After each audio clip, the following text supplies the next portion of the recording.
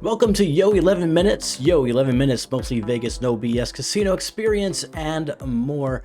Michael Traeger is a casino and travel loyalty expert who also helps people turn their travel dreams into reality. And now joining us from New Jersey, Michael Traeger. How's it going, Michael?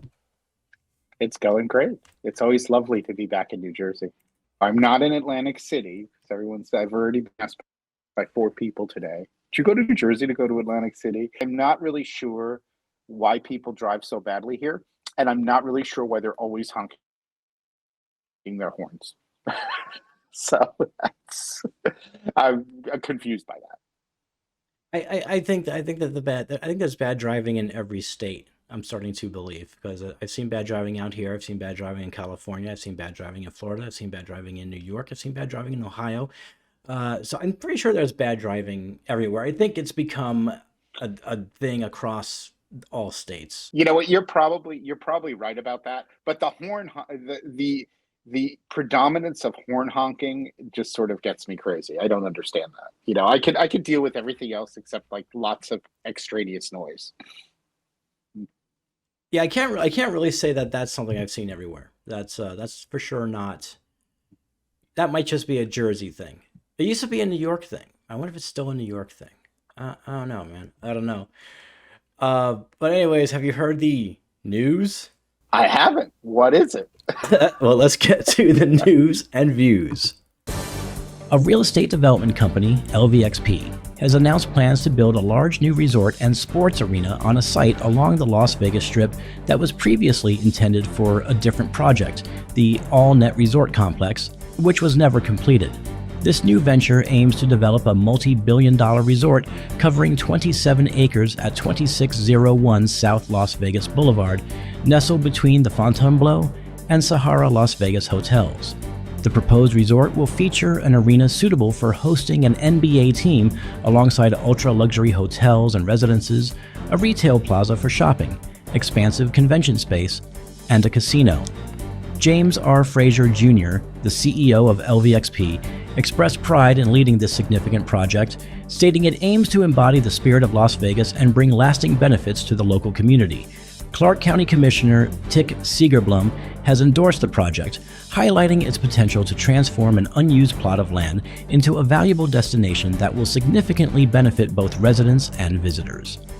The chosen site was formerly home to the Wet n Wild Water Park, which closed in 2004. Since then, the land has been considered for several projects, but none have come to fruition. The most prominent of these was the All Net Resort and Arena, which was announced in 2013 and had a groundbreaking in 2014, but saw no further development. And that's going to do it for the news, and now for the views. Michael, what are your thoughts? Bring back Wet and Wild. Agreed. I would like to see a water park, something that's not a casino per se, on the strip. That's big and everyone can go to. It'd be nice. I mean, I know Mandalay Bay's got some stuff, and other properties have some watery things, but like a full-pledged water park would be nice. But hey, good luck with that new resort that plans to have an NBA team, because it seems like it's not the first time that plot of land was trying to attract NBA. So it just seems like it's, to quote Yogi Berra, deja vu all over again. Is pretty much what it seems like. Yeah, and maybe the path to success would maybe get the NBA team commitment or expansion or whatever it is. Maybe sort of get that committed before you decide it. It's like, we're building this and we're ready for you.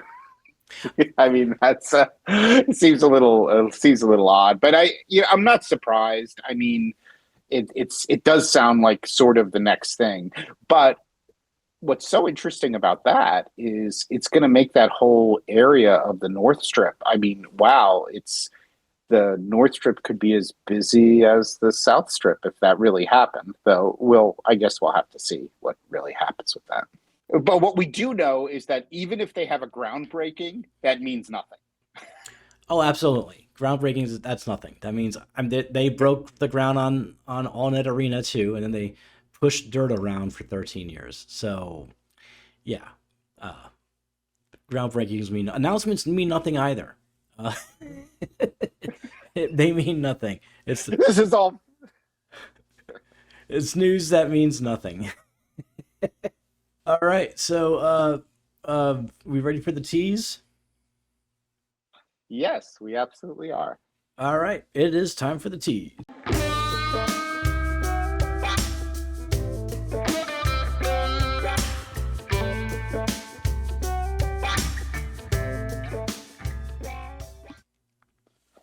Sure. Well, I'm going to start the tease with my favorite thing in northern New Jersey, even though this has nothing to do about anything except hot dogs. And I absolutely love this place called Hiram's, which has been in business for a million years. And we gave a link in the show notes. Anthony Bourdain also visited it. And they do a style of hot dog, which I think some people refer to as a ripper. And that's because these are actually deep fried hot dogs. So that's how they cook them. They're deep fried. And when you deep fry them well done, they always get really nice rip in them, and they are just absolutely luscious. I think it's the perfect food in the world. I don't care what anybody says. I don't care what how bougie anything is, but a perfect deep fried hot dog is a very very special thing. This place is awesome. It's cash only. They write your orders on the back of a paper plate. Like I went in there today and got a bunch of hot dogs and things. They have burgers and other things too, but it's these hot dogs are just amazing. There are actually a couple of places in New Jersey that make hot dogs like this, and I just am enamored with them. And I bet they would go really well with champagne because I think champagne and hot dogs works really well. But I've never had champagne with these hot dogs before, so I can't speak to that. And that's it. And I'm actually wondering, I'm going to give this is one to stump Movestro.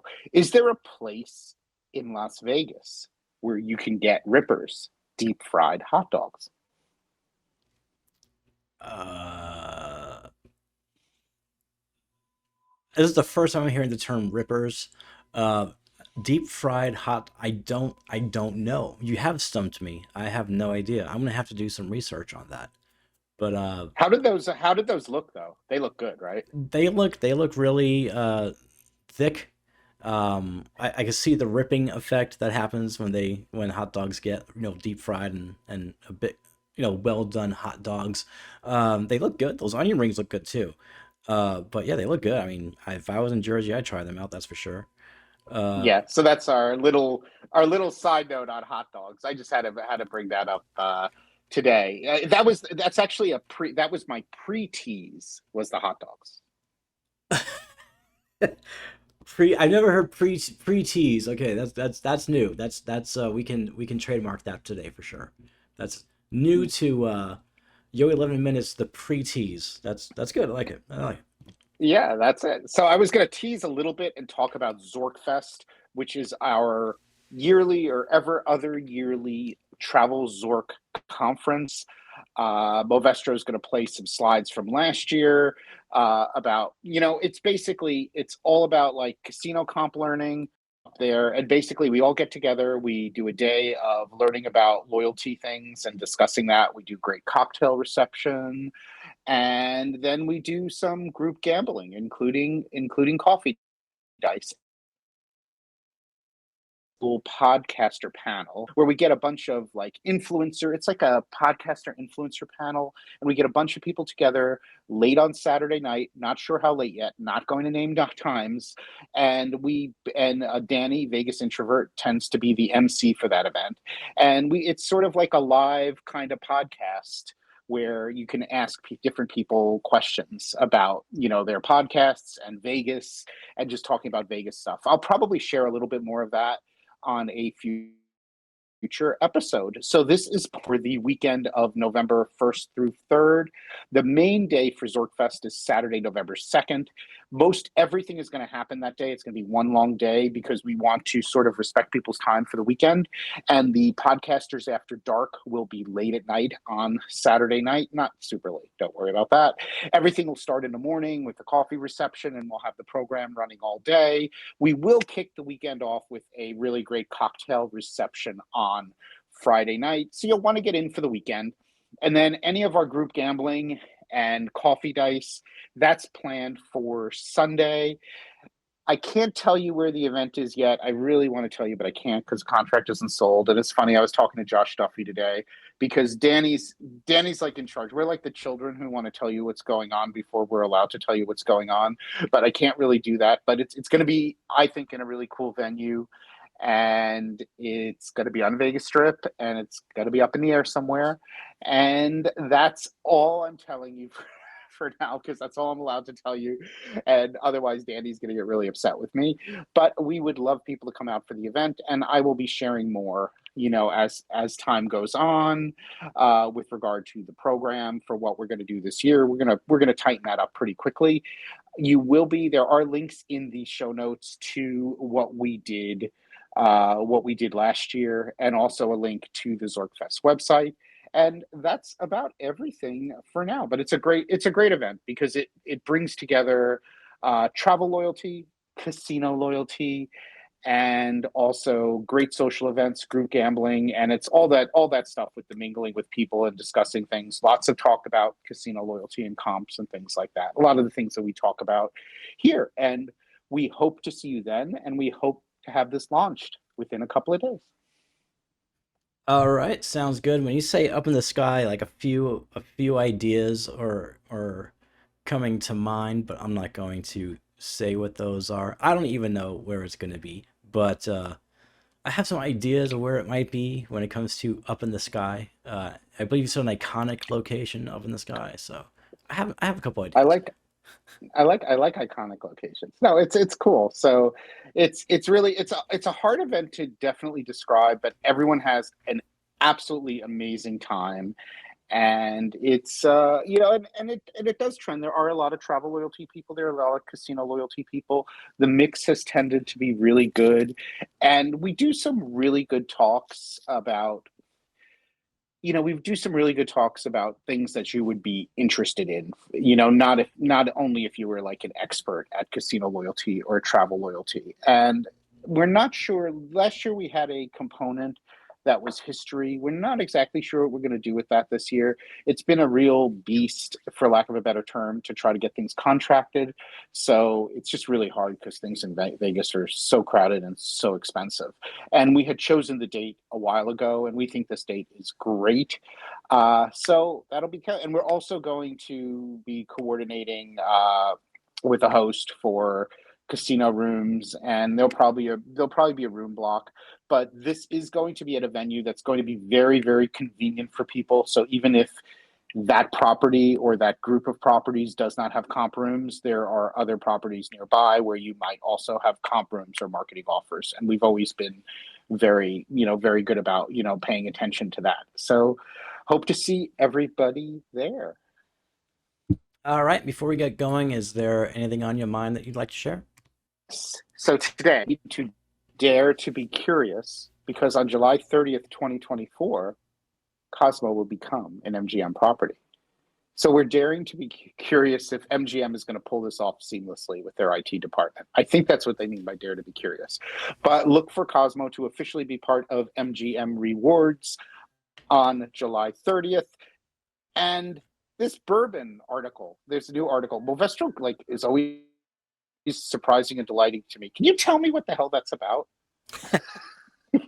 That's, Yeah, that man. article you just dropped. Yeah, man. The Bourbon Room was a location that was at the Venetian. It was sort of a gathering spot. It was there because of Rock of Ages. The show was at Venetian, and they decided to have this sort of sister venue, if you would. Basically a bar, but it was an '80s themed bar. The people dressed from the era of the style. The music was '80s music. There were video screens everywhere.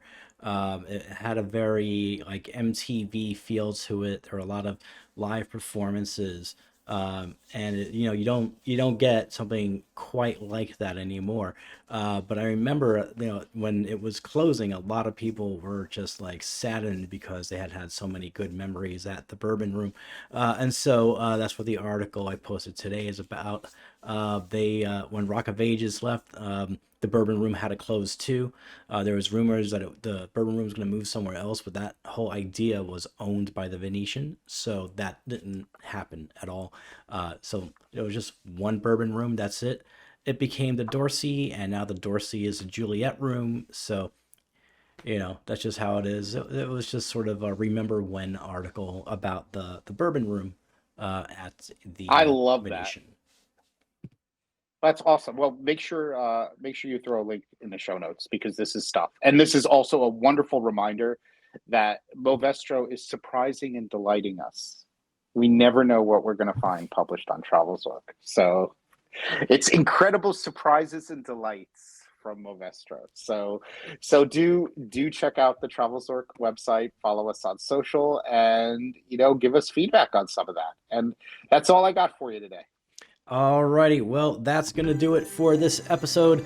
Luxury travel booking, Travel Zork Travel. Visit us at travelzork.travel to plan your next amazing vacation, and please join the conversation on social media. You can find us easily. All social platforms are at Travel Zork. We'll see you next time.